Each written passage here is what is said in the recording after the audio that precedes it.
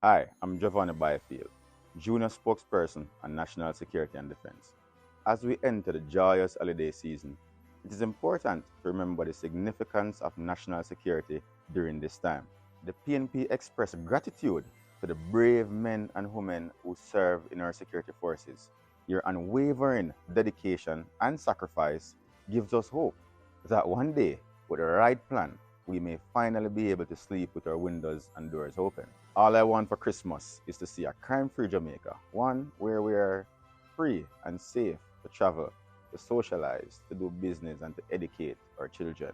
The PNP reaffirms our commitment to safeguarding our nation, to upholding social democracy, and to protecting our people from acts of violence.